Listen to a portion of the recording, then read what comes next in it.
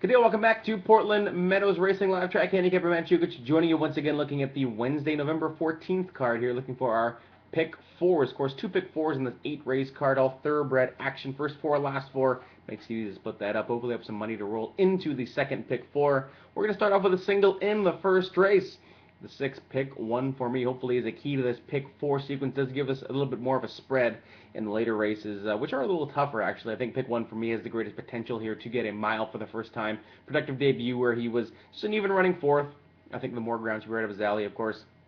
The trainer's been very good with horses, switching over from a sprint to a route. So hopefully we can continue this today. Pick one for me in the first for me. Into the second, we're going to go four deep. Pretty tough race here. A lot of horses who I consider to be pretty equal terms anyways. Tullamore do.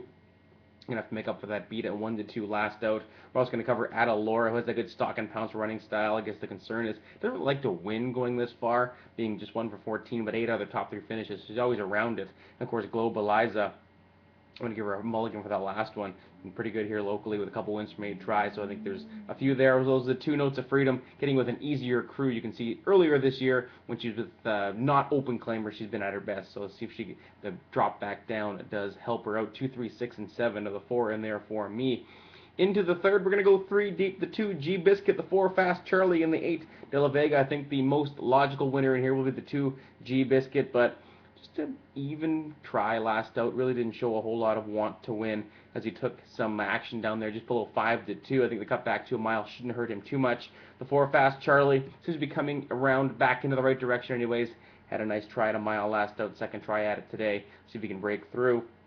And the 8, De La Vega, I think this guy wants a bit more ground as well. He's done some of his best running going this far, 5 of 8 in the money. No wins yet. Maybe he can change that today. The price should be right. He's 8-1 on the morning line.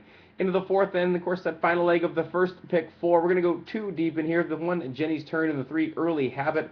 Early Habit, tough beat last out. Going to cut back to 5.5 furlongs, which I think will be the key for this one. After she just got run down going 6, and of course Jenny's Turn done really not much wrong since showing up here at Portland with a win in a pair of seconds from 4 tries.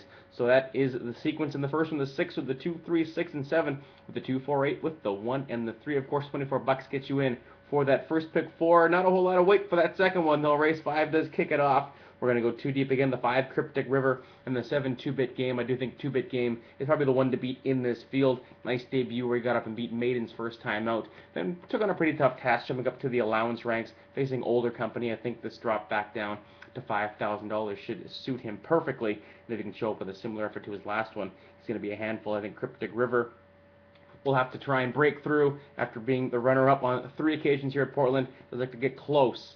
Obviously one you want to have covered as well. Into the 6th, we're going to go 3 deep. Maiden race, pretty tough here. 5, 7, and 8. Formula 1 Gold coming back off a long layoff for a barn that can bring back winners. Of course, 36% for Rob Gibson with horses coming back off a layoff. This guy has been away since June of 2011.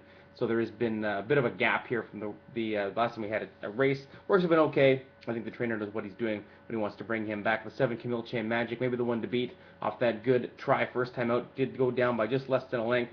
One that might take a ton of money again, and I really have no faith in is the 6 horse and All-Star Stan. Plenty of speed. I just don't know if he can go this far, being just 5 furlongs. Looks like he's like a 4 furlong type. Does like to give it up pretty bad in the lane. And the 8, Good Looking George, of that nice last 4 furlong work. Looks to be ready for his unveiling in here. We'll see if this one can show up with a bit of an effort. Into the feature, we're going to go 2 deep, 2 and 6, Roses in the Sky, and Cross My Mind. Roses in the Sky, I think. Probably knew that last run after being on the shelf since the middle of August. 5.5 furlongs is the concern here. A bit of a late running type. Hopefully now that Mark Anderson has had a trip around the course on this gal, he'll know when to push the button and get her up in time. Cross My Mind. We talked about the first race. And pick one for me. Cross My Mind. Same thing. Even try. Had the rail. Was able to overcome it and not run a bad one. Split the field there in that field of 9, finishing 5th. We'll see if some experience does help her in the second outing.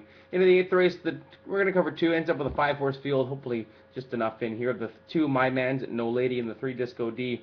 Disco D is another one who's done nothing wrong since showing up here at Portland. 4 trips, a win, 3 seconds, with those 2 of those seconds coming by less than a neck. So this guy's always around it. Disco D probably the most likely winner, but we're going to cover the 2, My Man's No Lady, as well.